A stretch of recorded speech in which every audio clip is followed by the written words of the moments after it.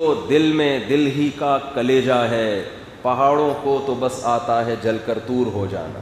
پہاڑ تو اللہ کی ذرا سی تجلی کو برداشت نہیں کر سکا اور جل کے خاک ہو گیا۔ پہاڑ کا کام نہیں ہے اللہ کو برداشت کرنا، اللہ کی تجلی کون برداشت کرتا ہے؟ دل، یعنی دل پہاڑ سے زیادہ مضبوط ہے۔ پہاڑ کی کیا، ایک صاحب کو میں نے یہ شعر سنایا، انہوں نے کہا شاعر کو اللہ نے یہ کمال دیا ہے کہ اس نے 2 لفظوں میں پہاڑ کو 2 ٹکے کا نہیں چھوڑا۔ کتنا مضبوط ہوتا ہے نا پہاڑ۔ اب اگر کوئی آپ کے ذمہ یہ کام لگاتا کہ پہاڑ کو یہ ثابت کرو کہ یہ کمزور ہے اور انسان کا دل طاقتور ہے، تو آپ کیسے ثابت کرتے؟ نہیں ہو سکتا تھا، بھائی پہاڑ ہے یار۔ لیکن شاعر نے 2 لفظوں میں پہاڑ کو 2 ٹکے کا کر دیا۔ بسا لینا کسی کو دل میں دل ہی کا کلیجہ ہے، پہاڑوں کو تو بس آتا ہے جل کر دور ہو جائے۔ انسانی دل ہے جو اللہ کی محبت کی تجلیات لے کے گھومتا ہے، برداشت کرتا ہے۔ وہ منصور حلاج تھے نا، بڑے صوفی تھے۔ وہ صوفیہ کرام نا جب بہت زیادہ ذکر کرتے ہیں تو ان پہ حوالہ آنا شروع ہو جاتے ہیں۔ جب انسان بہت زیادہ منہمک ہوتا ہے تو ایسے حالات آتے ہیں جو نارمل نہیں ہوتے۔ بہت اللہ کا ذکر کرتے کرتے ایسے گم ہو گئے تھے کہ انہوں نے اپنے آپ کو اللہ کہنا شروع کر دیا تھا، انا الحق، میں ہی اللہ ہوں۔ ظاہر ہے یہ جملہ کفریہ ہے۔ اب تو صوفیہ کرام سمجھتے تھے کہ بھائی یہ آپے سے باہر ہو گئے ہیں، یہ کوئی مشرک نہیں ہے، کافر نہیں ہے، ان کی ذہنی کیفیت صحیح نہیں ہے۔ تو صوفیہ کرام ان کا دفاع کرتے تھے، کیونکہ جانتے تھے جب جس شخص کے حالات آپ جانتے ہوں تو جب وہ کوئی ایسی بات زبان سے ادا کرتا ہے تو آپ اس کی تعویل کرتے ہیں نا کہ بھئی ہم اس کا ماضی جانتے ہیں، حال جانتے ہیں، یہ ایسا نہیں ہے۔ لیکن اسلامی حکومتیں تھیں تو جو علماء تھے انہوں نے فتویٰ دیا کہ بھئی یہ تو اب میں کہہ رہے ہیں کہ میں اللہ ہوں تو یہ ان کو تو قتل کیا جائے، ورنہ تو شرک پھیلے گا۔ آج بہت سے لوگ نا ان صوفی کے واقعات نکال کے کہتے ہیں دیکھو یہ حنفی اور یہ لوگ ایسے ہوتے ہیں، ان کے ہاں تو انا الحق جیسے صوفی گزرے ہیں، ان کا دفاع کرتے ہیں۔ جن علماء نے ان کے خلاف فتویٰ دیا تھا نا ان کو قتل کیا جائے، وہ بھی حنفی تھے۔ پہلے زمانے میں یا تو حنفیوں کی حکومت رہی ہے، یا شافیوں کی رہی ہے، مالکیوں کی یا حنابلہ کی، اس کے علاوہ کوئی 5ویں چیز مارکیٹ میں تھی نہیں۔ صدیوں سے یہی رہے ہیں اور آج بھی ہیں۔ آج افغانستان میں طالبان آئے ہیں تو فقہ حنفی نافذ کر دیا انہوں نے۔ تو کسی نے بیان دیا ہے کہ طالبان کو چاہیے اسلام نافذ کریں، فقہ حنفی نافذ نہ کریں، تو ان سے کہیں یہ بیان آپ اس وقت دیتے جب افغانستان میں اسلام آیا تھا نا، حضرت عثمان کے دور میں افغانستان میں اسلام آنا شروع ہوا تھا، تو جو نماز اس وقت آئی تھی وہی آج تک پڑھی جا رہی، جو اسلام اس وقت آیا تھا۔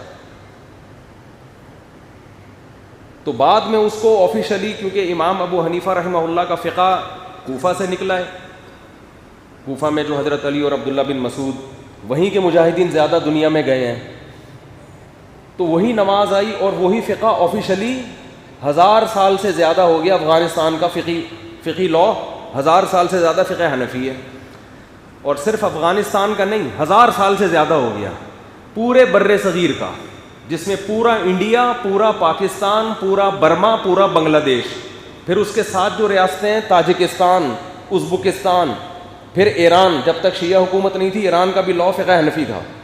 اتنے بڑے ایریے میں 1100-1200 سال ہو گئے فقہ حنفی آفیشلی نافذ ہے۔ 15ویں صدی میں اب لوگ آ کے ان کو سمجھا رہے ہیں کہ ان کو چاہیے کہ قرآن و سنت نافذ کریں، فقہ حنفی کو چھوڑ دیں۔ اس کا مطلب فقہ حنفی تورات اور انجیل سے نکالا گیا تھا، اب یہ ہم کو بتائیں گے کہ قرآن و حدیث کیا ہوتا ہے۔ بات آ رہی ہے سمجھ میں؟ اور جتنے ہندوستان میں جو ہندوؤں میں، سب ہندو ایسے نہیں ہوتے، جو ظالم ہوتے تھے اور ان کی مدد کے لیے جو مسلمان آیا کرتے تھے افغانستان سے، جو بڑے بڑے اسلامک ہیرو ہیں جن کا نام تاریخ میں آتا ہے، ٹیپو سلطان، سراج الدولہ، محمود غزنوی، یہ سارے حنفی تھے، کیونکہ اس وقت حنفیت کے علاوہ تھا ہی نہیں کچھ پورے بر صغیر میں۔ اور اب آج رپورٹیں پیش کی جا رہی ہیں کہ طالبان کو چاہیے کیا کریں؟ اسلام نافذ کریں۔ مطلب ان کا یہ نہیں ہے کہ اسلام نافذ کریں، مطلب یہ کہ میرے کلپ سنا کریں، جو میں کہہ رہا ہوں اس کے مطابق چلیں۔ وہ 20 سال سے لڑ رہے ہیں، اس سے پہلے وہ رشیا سے لڑتے رہے، ان کو اسلام سے زیادہ محبت ہے یا آپ کو ہے؟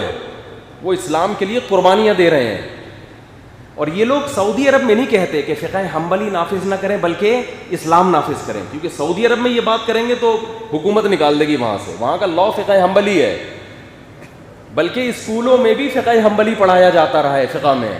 اب جا کے محمد بن سلمان نے اس فقہ کو ختم کیا، وہ ختم کرنے کا مطلب یہ تھا کہ سرے سے کوئی فقہ ہی نہ ہو، وہ تو پھر ظاہر ہے وہ ایک تھوڑا سا لبرل قسم کے آدمی ہیں، انہوں نے کہا یہ ختم ہی کرو، یہ حلال حرام کے مسائل ہی نہ ہو، تو وہ لبرلزم کی طرف سعودی عرب جا رہے ہیں۔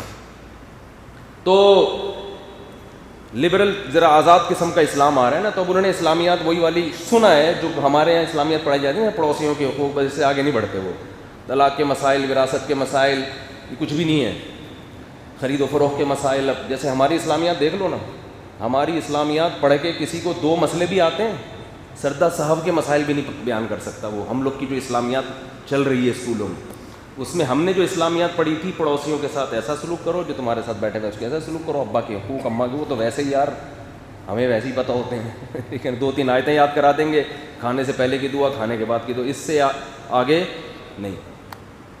وجہ کیا ہے؟ اس لیے کہ جب یہ بحث ہوتی ہے کہ اس میں مسائل ڈالے جائیں تو فوراً بات آتی کون سا فقہ،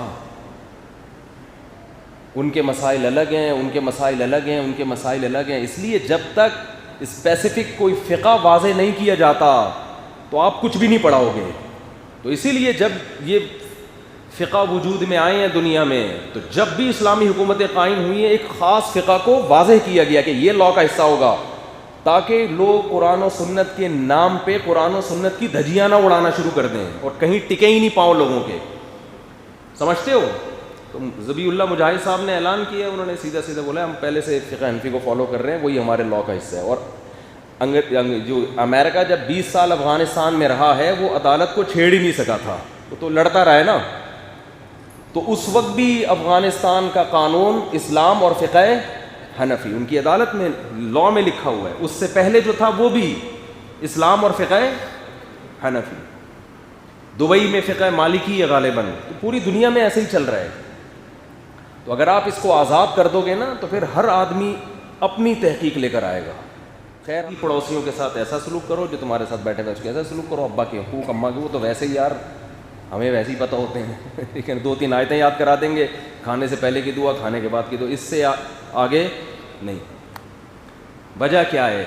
اس لیے کہ جب یہ بحث ہوتی ہے کہ اس میں مسائل ڈالے جائیں تو فوراً بات آتی کون سا فقہ،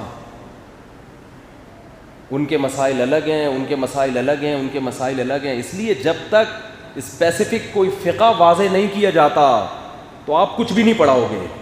تو اسی لیے جب یہ فقہ وجود میں آئے ہیں دنیا میں، تو جب بھی اسلامی حکومتیں قائم ہوئی ہیں، ایک خاص فقہ کو واضح کیا گیا کہ یہ لا کا حصہ ہوگا، تاکہ لوگ قرآن و سنت کے نام پہ قرآن و سنت کی دھجیاں نہ اڑانا شروع کر دیں اور کہیں ٹکے ہی نہیں پاؤں لوگوں کے، سمجھتے ہو؟